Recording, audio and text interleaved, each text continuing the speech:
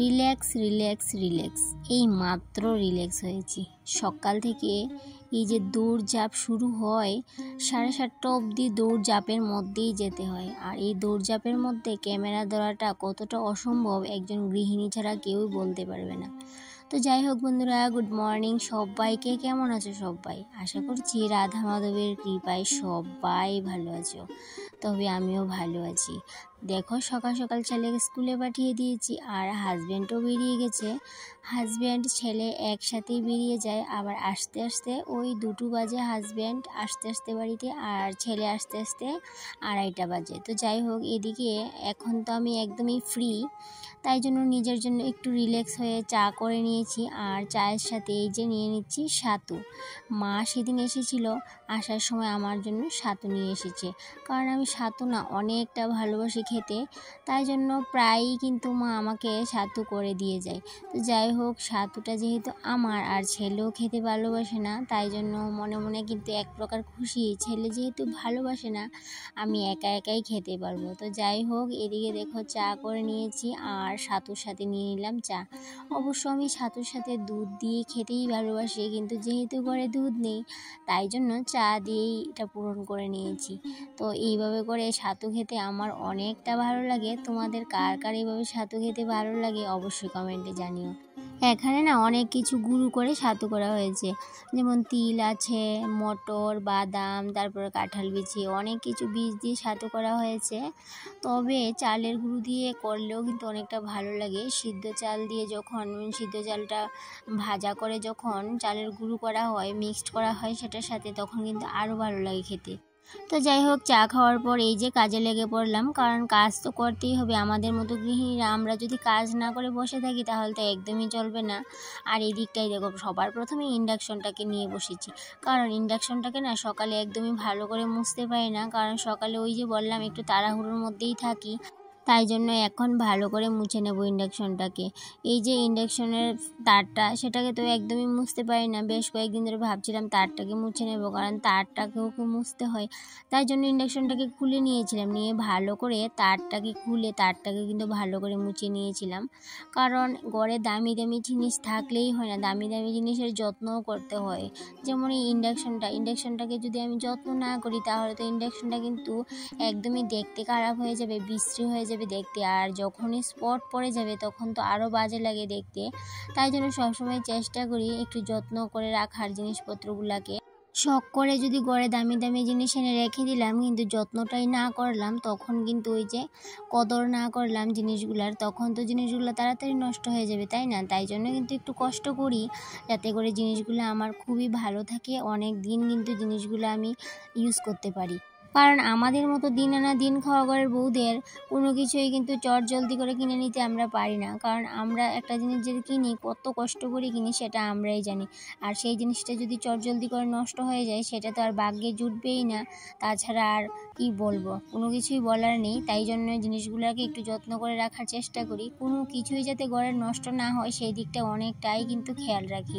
আর একটা কী জিনিস জানো তো বন্ধুরা, যে টাকা থাকলেই যে দামি দামি জিনিস কিনে নিয়ে আসলাম কিন্তু সেগুলোকে যত্ন করলাম না, তাহলে তো সেই জিনিসগুলো একদমই বেশি দিন টিকবে না, আয়ুষ্কালও একদমই কম থাকবে। কারণ দামি হোক কিংবা কম দামি, সমস্ত জিনিসকেই যদি আমরা যত্ন আত্তি করে রাখি তাহলে কিন্তু জিনিসগুলো অনেক দিন আমরা ব্যবহার করতে পারি, ইউজ করতে পারি। সেই দিকটাই কিন্তু খেয়াল রাখতে হবে, যে যত্নটার উপরেই কিন্তু সমস্ত জিনিসপত্রের আয়ুষ্কাল। তো যাই হোক বন্ধুরা, আমি আমার রান্নাঘরের সমস্ত কটা জিনিসেরই একটু যত্ন করে রাখার চেষ্টা করি। তবে অবশ্য সব গৃহিণীরাই সবাই চায় যে ঘরের জিনিসপত্রকে একটু যত্ন আত্তি করে রাখার। তবে যে যার মতো করে যত্ন করে, তো সেটা তো আর আমি বলতে পারবো না কে কীরকমভাবে যত্ন করে। আমি কীভাবে যত্ন করি সেটাই তোমাদের সাথে একটু তুলে ধরলাম।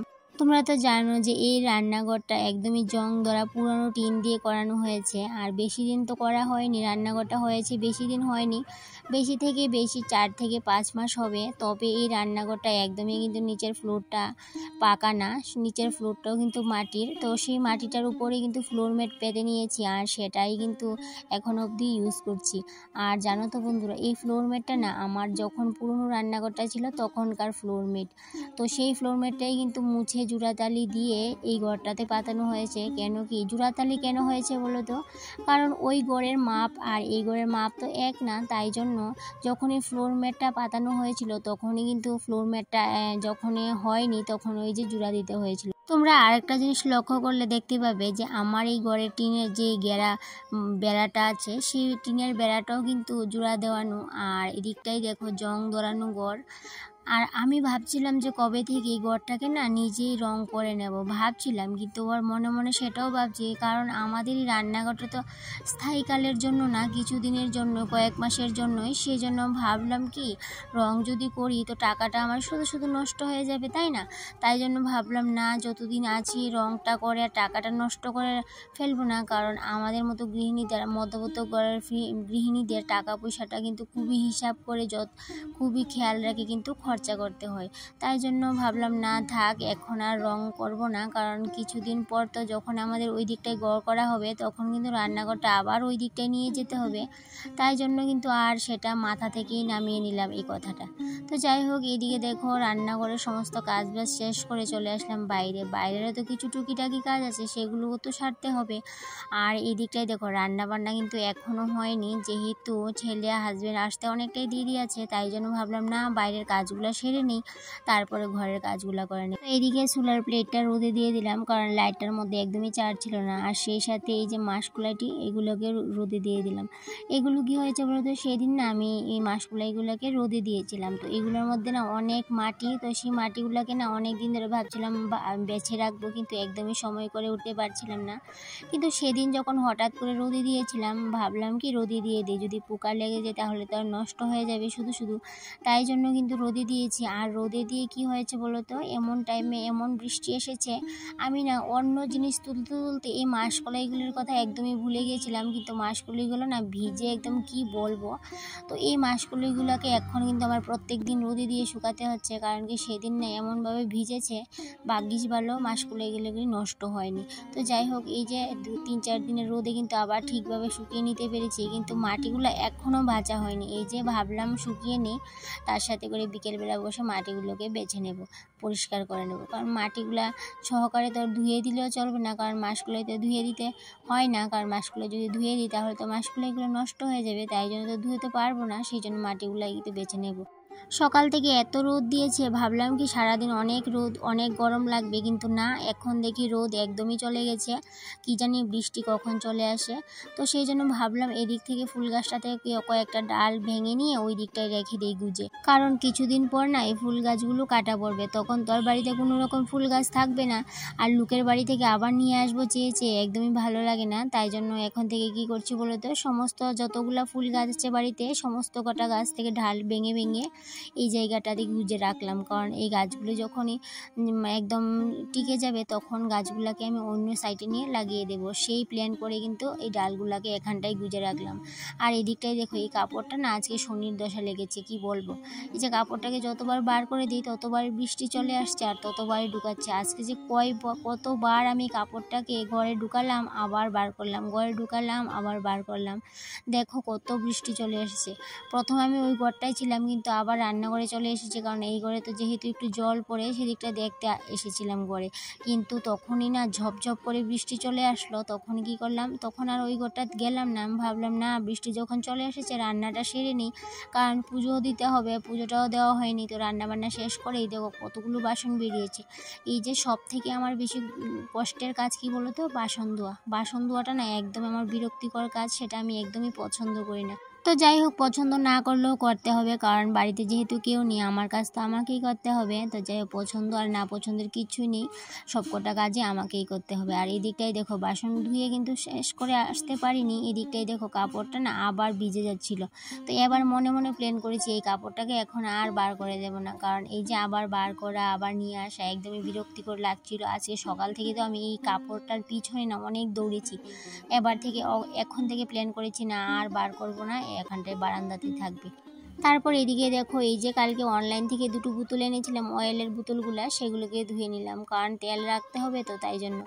তো ভাবছি এখন যে বোতলগুলো না আনলেই হয়তো ভালো হতো, কেন কি বোতলের মুখগুলো না মনে হচ্ছে বেশি দিন টিকবে না, সেই জন্য একটু দাম দিয়ে যদি নিতাম তাহলে হয়তো বা ভালো হতো। কিন্তু কালকে না মোবাইলে আমি দেখছিলাম যে একজনে বলছিল যে এই বোতলের ক্যাপগুলো না বেশি ভালো হয় না, দামি বোতলের ক্যাপগুলোও নাকি চটজলদি ভেঙে যায়। তো এখন কিন্তু অনেকটাই পস্তাচ্ছি, ভাবছি কেন নিয়েছি। তো যাই হোক, নিয়েছি আর কি করব।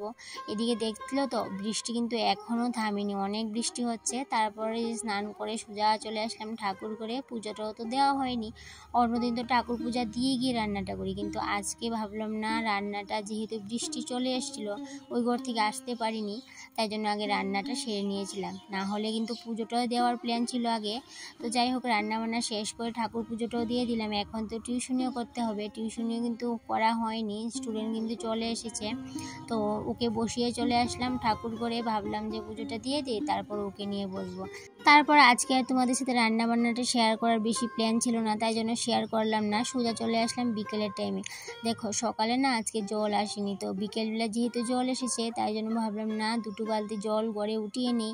যেহেতু 5 লাইনটা এখনই কিন্তু কাজ করে না, 5 দিয়ে গড়ে আমি একদমই জল নিতে পারি না।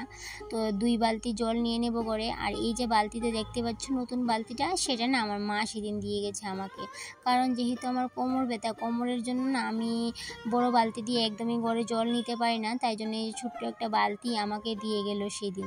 আর আজকে না কি হয়েছে বলো তো, বালতি দিয়ে গড়ে যখন জল রাখলাম তখন দেখি কি নিচে না অনেকটা জল পড়ে আছে।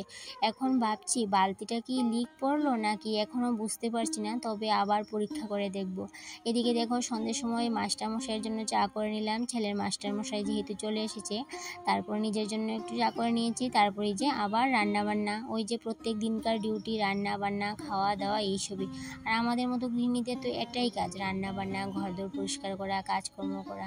তবে আমি এই কাজগুলো না খুবই কিন্তু আনন্দ অনুসারে করি আর খুবই যত্ন সহকারে করি, আমার না অনেকটাই ভালো লাগে। তো দেখো কথা বলতে বলতে শেষ পর্যায়ে চলে এসেছি। একটা কথা তোমাদের সাথে বলতে চাই, সেটা হচ্ছে আমার ব্লগ ভিডিও যদি তোমাদের কাছে একটুকু ভালো লেগে থাকে তো অবশ্যই একটা মিষ্টি কমেন্ট করার অনুরোধ রইল, সেই সাথে একটা লাইক। তবে আজকে আসি, টাটা।